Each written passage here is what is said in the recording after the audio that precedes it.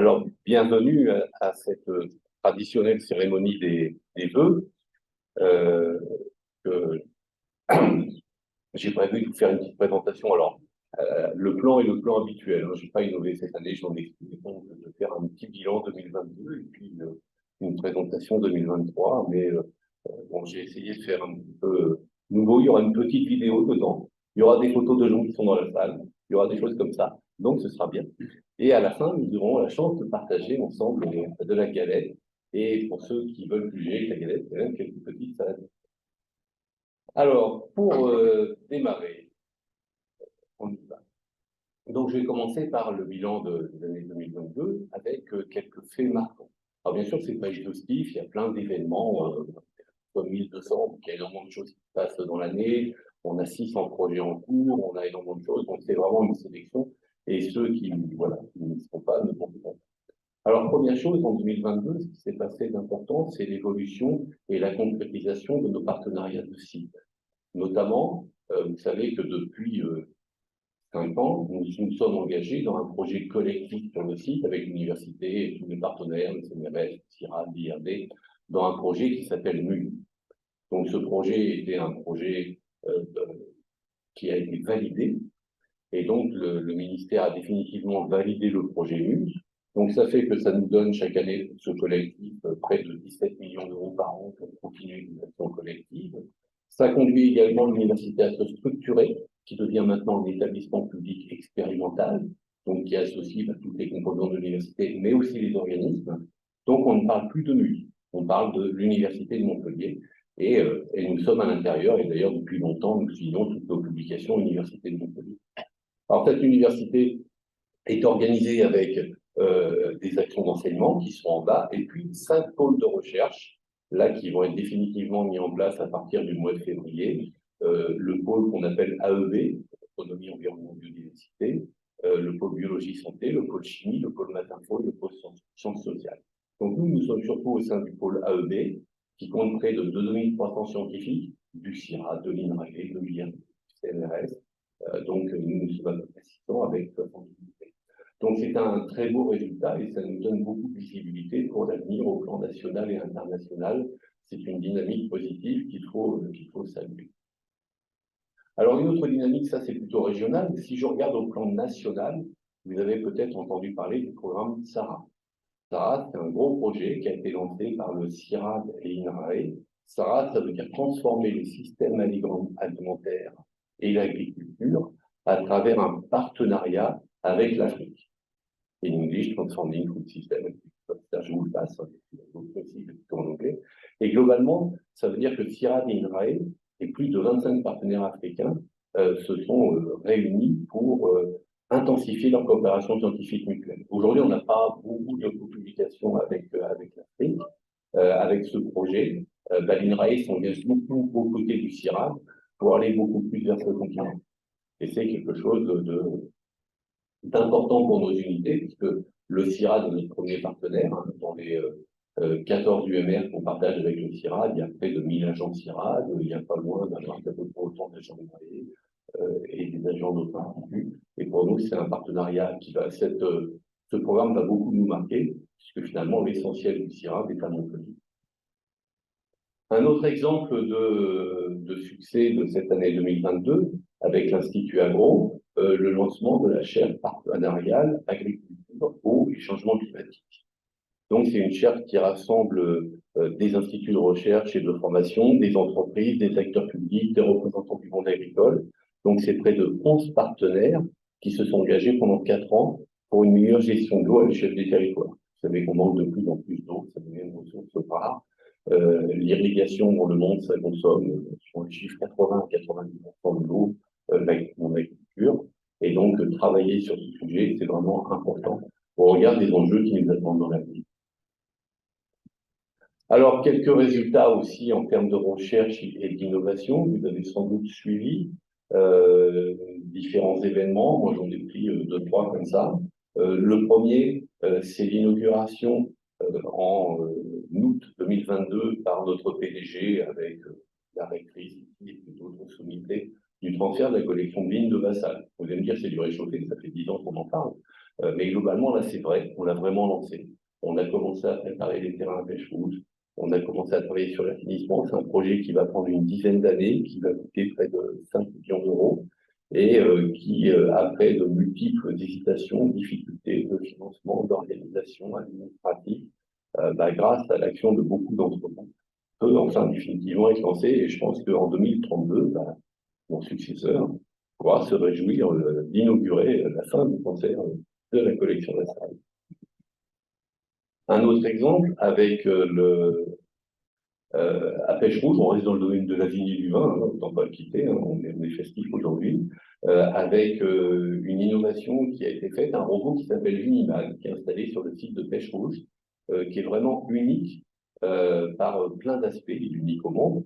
C'est un robot qui permet de réaliser en même temps près d'une centaine de vinifications en petit volume. Donc on peut tester 100 cépages différents, les vinifier et puis voir les résultats à la fin. Et en plus, comme à Pêche Rouge, ils ont aussi la technique pour congeler le raisin et pouvoir le ressortir. Dans l'année, finalement, comme une vinification, ça prend un petit peu moins d'un mois, pouvoir faire près de 1000 vinifications en parallèle. Ça, c'est vraiment extraordinaire. C'est un très, très beau résultat obtenu par la vigne vin, sur la vigne vin par l'Institut français de la vigne vin, qui est notre partenaire, l'Institut Agro et INRAE. Le film est disponible sur YouTube pour ceux qui veulent l'intégralité. Alors également quelques scientifiques, hein, des prix, bon, là j'en ai pris deux, des hommes et des femmes d'INRAE qui sont primés pour leurs travaux. Bon, ici surtout des femmes, notamment Nicole Darmon, qui est qu'elle soit avec nous, donc qui a été médaille d'or de l'Académie de France et lauréat du prix Benjamin Delessert, pour ses travaux qui visent à lutter contre les inégalités sociales dans le domaine de l'alimentation, en promouvant une sécurité alimentaire et nutritionnelle durable pour tous les gens, y compris ceux qui sont en situation de précarité. Donc je crois que c'est quelque chose de très important, et c'est bien que Nicole ait pu. Alors, d'autres qui est avec nous, Dominique Desclous, qui est avec nous, avec Yuna Chifoulot et Marie-Françoise Sanson de notre centre, elles ont obtenu le prix de la recherche participative pour le programme qui s'appelle des semences à l'assiette. Alors, je n'en parlerai pas trop parce qu'elle est là et je risque de dire des bêtises. Mais on la félicite aussi avec son équipe pour ce très beau résultat en 2022. La science, c'est aussi la partager. Aujourd'hui, il y a beaucoup de citoyens qui ne font pas confiance à la science, et pour ça, il faut qu'on puisse communiquer sur ce que nous faisons. Et donc, il y a beaucoup d'actions, bien sûr, la fête de la science, et ainsi de suite, mais il y a aussi d'autres actions qui sont lancées dans ce cadre-là, notamment auprès des jeunes. Et je voulais saluer l'initiative qui a été lancée il y a quelques années par Agnès Ajor, de l'UNRSPO, qui s'appelle le Congrès Apprenti Chercheurs, qui associe des binômes d'élèves. Alors, normalement, il y a un élève de troisième, un élève de terminale. Et en binôme, ils travaillent dans un labo les mercredis après-midi pendant l'année scolaire. Et puis, à la fin, ils font un petit rapport. Et c'est toujours très beau comme résultat. Ils s'en sortent enchantés et ils comprennent ce qu'est la science. Et c'est vraiment important. Là, ça a été relancé cette année. Il y a plusieurs binômes. La restitution aura lieu en juin dans l'amphi qui est au-dessus de nous. Et je vous encourage à venir parce que c'est des résultats qui sont très, très frais. C'est un autre regard sur la science. Voilà, quand on a 14 ans et qu'on est dans la bonne recherche, eh ben, on a une vision qui est très fraîche de ce qui peut se faire et qui est un peu différente de celle que nous pouvons avoir. Donner confiance dans la science, c'est aussi être actif et savoir accueillir les nouveaux arrivants, hein, les nouveaux chercheurs qui rentrent chez nous, leur dire voilà, qu'ils sont bien accueillis, que travailler chez nous, c'est intéressant, c'est épanouissant, c'est convivial. Et depuis quelques années, on a relancé la journée d'accueil des nouveaux arrivants. Donc là, vous avez quelques photos, hein, notamment grâce au service ressources humaines, au service communication, près d'une centaine de participants à qui on a pu montrer voilà, tous les services auxquels ils avaient comment faire des démarches administratives, mais aussi des visites de labo et déjà de découvrir des collègues. Donc quelque chose aussi qui a très bien marché pour nous. Ça a été également le vrai lancement, on va dire, de ce qu'on appelle la RSE, la responsabilité sociétale et environnementale. Vous savez que tous on est engagé dans la RSE, on va essayer de moins consommer d'énergie, de faire des pauses, voilà, de ne pas trop jeter, de ne pas gaspiller. Et donc, nous nous sommes organisés pour prendre en charge la RSE. Alors, au niveau national, on a une direction de la RSE au niveau national, et au niveau local, nous avons un responsable RSE. Et puis même dans les unités, on a un réseau de correspondants RSE qui s'appelle le R2, voilà, et qui organise différentes actions, comme ici la Semaine de la mobilité, alors là qui a même été plus large, puisqu'on l'a faite avec tous les partenaires, Irlandais, CIRAD, pour avoir une vingtaine d'ateliers. Je crois que c'était aussi un très bon résultat, et beaucoup d'entre vous ont sans doute apprécié cette journée. Donc voilà quelques flashs sur 2022 pour montrer que chez nous, on est actif et puis on vit aussi dans un esprit de bonne entente conviviale avec les responsables. Alors pour 2023, là aussi quelques flashs, hein, c'est très ciblé. J'ai voulu vous parler aussi un peu d'une collectivité qui est importante pour nous, qui est la région Occitanie. Qui nous soutient dans beaucoup d'actions, qui nous donne aussi des sujets de recherche, qui est notre terrain de jeu. Voilà, on a des terrains de jeu internationaux, il y en a beaucoup ici en région. Et toutes les régions doivent, tous les 6 ans, refaire leur schéma. Alors, ils ont des schémas d'aménagement du territoire, des schémas d'innovation, etc. Et puis, il y a un schéma qui s'appelle le STESRI, c'est le schéma régional enseignement supérieur, recherche, innovation. Et donc, là, il vient d'être réécrit. Et la région a affirmé très fort son soutien qu'elle continue à donner aux équipes de recherche au travers de différents outils avec pour objectif de se préparer aux transitions, d'avoir une région scientifique et surtout d'offrir aux jeunes les conditions de la réussite dans les territoires. C'est-à-dire que la recherche, c'est un maillon qui après se décline avec la formation, ici à l'Institut Agro, et puis en valorisation. Donc c'est un schéma important, il est disponible en ligne pour ceux que ça intéresse.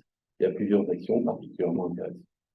La région, c'est également avec l'État un financeur des gros projets.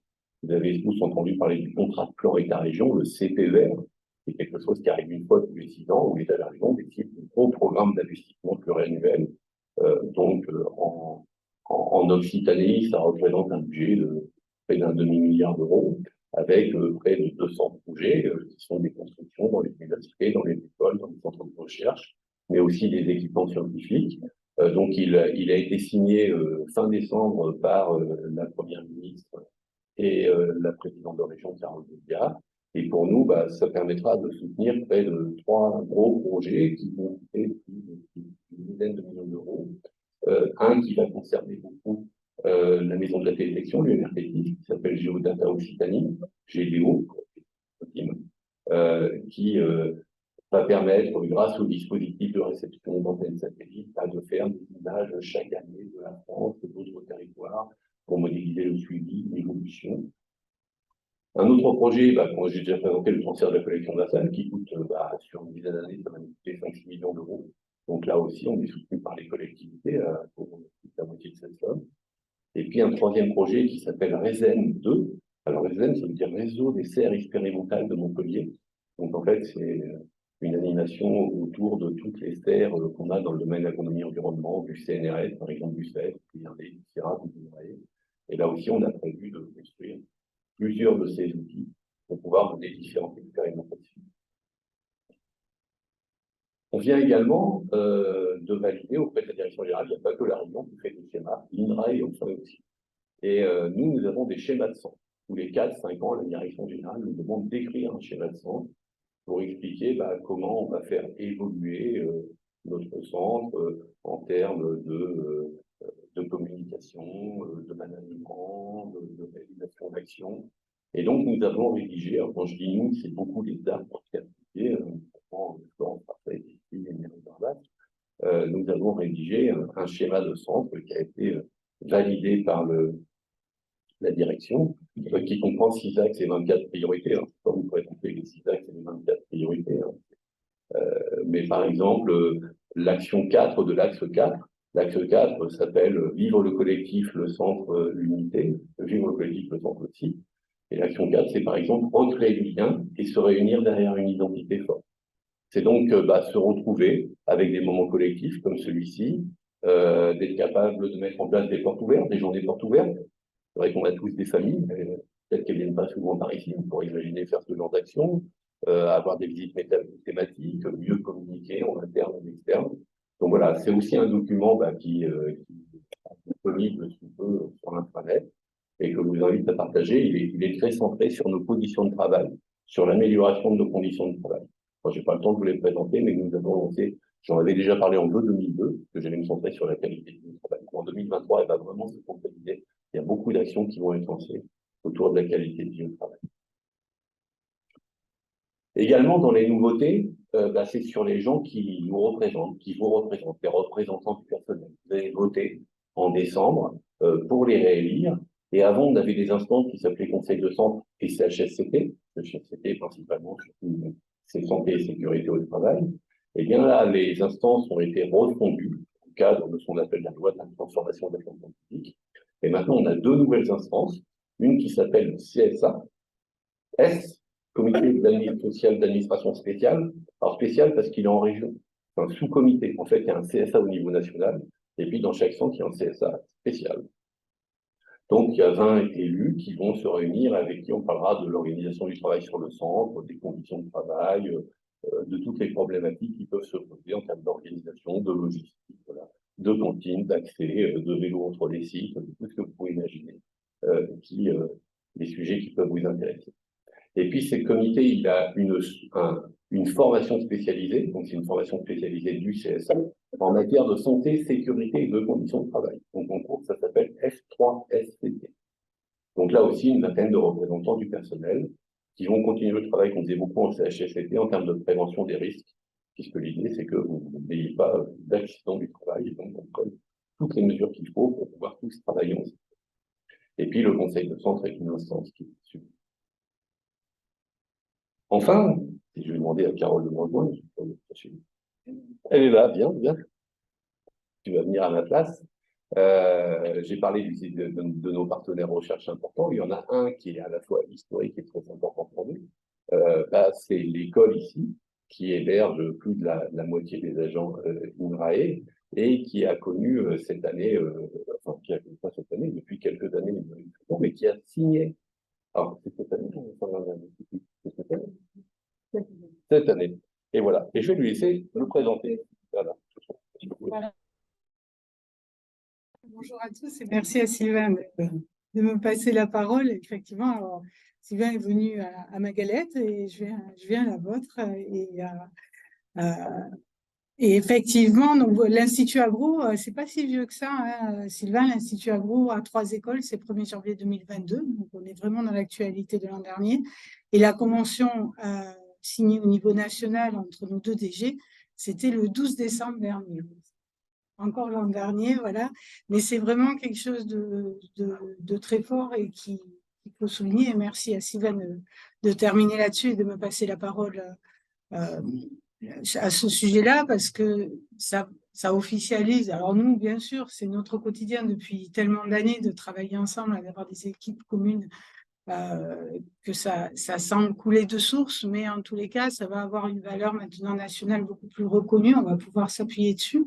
Notamment aussi, l'engagement d'INRAE dans les formations va être beaucoup mieux formalisé, beaucoup mieux reconnu aussi pour les chercheurs qui participent à l'enseignement. Et Dieu sait que chez nous, vous êtes nombreux à venir nous épauler et à contribuer à former nos ingénieurs, mais aussi les étudiants en master et bien sûr les doctorants. Donc tout ça, ça va prendre encore plus d'ampleur. Sylvain, il faut changer ton logo. Ah oui, non, tu m'as expliqué. C'est les trois anciennes écoles, AgroSup Dijon, Montpellier Sup Agro et Agro Campus Ouest, donc qui ont fusionné pour faire l'Institut Agro. Voilà. Et puis, pour terminer, je suis très heureuse d'être là avec vous aujourd'hui. Vous rappeler qu'on est très, très content de partager ce campus avec vous, hein. Il y a bien sûr des petites choses, des fois, qui sont un peu compliqué à gérer, mais je crois que globalement, on a cette chance de vivre sur un très beau campus et de vivre en harmonie dessus. Voilà, avec Sylvain et avec les équipes, avec Florence, avec Mireille, on travaille à collaborer, surtout sur tout ce qui concerne la vie dans nos campus, hein. En plus, bien sûr, tout ce qui se fait autour de la recherche, mais essayer de vous offrir un maximum d'accompagnement dans tout ce qui est qualité de vie au travail. Donc, Sylvain a parlé aussi de tout ce qui est RSE, etc. Donc, tout ça, on est engagé ensemble, on essaye de mutualiser au maximum, c'est vraiment une force. Pour nous, c'est bien aussi, hein, parce qu'INRAE, c'est quand même une force et une structuration sur ces actions qui nous aident bien. Donc, moi, vraiment, je remercie tous les jours Sylvain de nous associer à ces événements-là. Hein. Oui. tous les jours, non pas tous les jours, mais souvent, dès qu'on peut, voilà, on fera encore cette année une journée de convivialité commune. Et voilà, et je crois qu'il nous reste juste À passer à la dernière diapo. et à vous souhaiter Une très bonne année. Merci à tous et bonne galette.